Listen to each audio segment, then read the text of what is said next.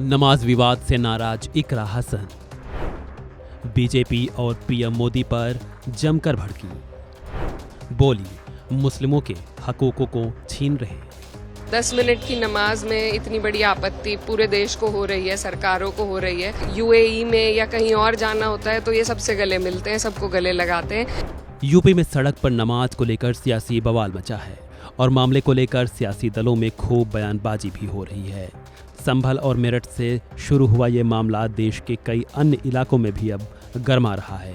विपक्ष ने इसको लेकर बीजेपी और मोदी सरकार के खिलाफ मोर्चा खोल दिया है। संभल में जिला प्रशासन ने कहा है कि किसी को भी सड़क या घर की छतों पर नमाज पढ़ने की अनुमति नहीं है। अगर ऐसा कोई करता पाया गया तो उसके खिलाफ कार्रवाई की जाएगी। मेरठ में भी कुछ ऐसा ही प्रशासन ने फरमान जारी किया है। इस बीच मामले को लेकर सपा सांसद इकरा हसन ने बीजेपी और प्रधानमंत्री मोदी को जमकर निशाने पर लिया है। इकरा ने कहा कि 10 मिनट की नमाज को लेकर पूरे देश की सरकारों को इतनी आपत्ति हो रही है। 2014 से ये सरकार देश में नफरत फैला रही है। ये यूएई में तो सबसे गले मिलते हैं, लेकिन देश में उनके हकूकों को छीना जा रहा है। 10 मिनट की नमाज में इतनी बड़ी आपत्ति पूरे देश को हो रही है, सरकारों को हो रही है, तो बहुत आश्चर्य की बात नहीं है, क्योंकि लगातार 2014 के बाद से जिस कगार पे ये सरकार इस देश को लेकर आई है, सिर्फ इन्होंने नफरत बोए हैं। इनको जब यूएई में या कहीं और जाना होता है तो ये सबसे गले मिलते हैं, सबको गले लगाते हैं। लेकिन जब अपने देश में अपने सौगाते मोदी की बात चल रही है, सौगात सबसे बड़ी मुसलमानों के लिए ये है कि उनके हकों को, उनके हुकूकों को उन्हें दिया जाए। लगातार छीनने का काम जो हो रहा है, चाहे कहीं सर्वे करा के हो, वक्फ का बिल ला के हो, आज नमाज रोक रहे हैं, कल पता नहीं क्या करना चाहते हैं।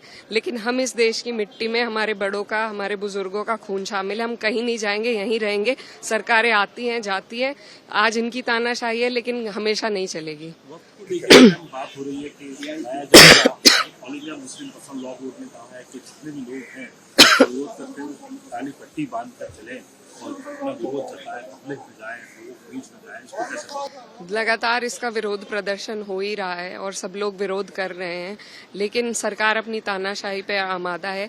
लेकिन हमें देखिए अब क्या किस तरीके से लेकर आते हैं। हम लोग पूरी तरीके से अपोज तो करेंगे, लेकिन इसी तरीके से सारे हक छीन कर आपको एक पैकेट पकड़ाया जा रहा है सौगात देने के रूप में, तो ये इनकी जो दोहरी पॉलिसी है उसको दर्शाता है।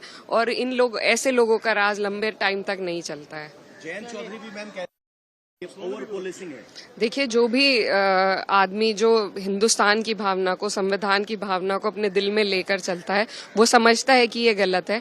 और मुझे खुशी है कि कुछ लोग जो सरकार के साथ जुड़े हुए हैं वो इतनी समझ रख रहे हैं कि वो आगे आकर इन सब चीजों के खिलाफ बोल रहे हैं। और उम्मीद यही है कि सरकारें समझेंगी और इस तरीके के जो फरमान है तानाशाही के, उनको वापस लेंगी।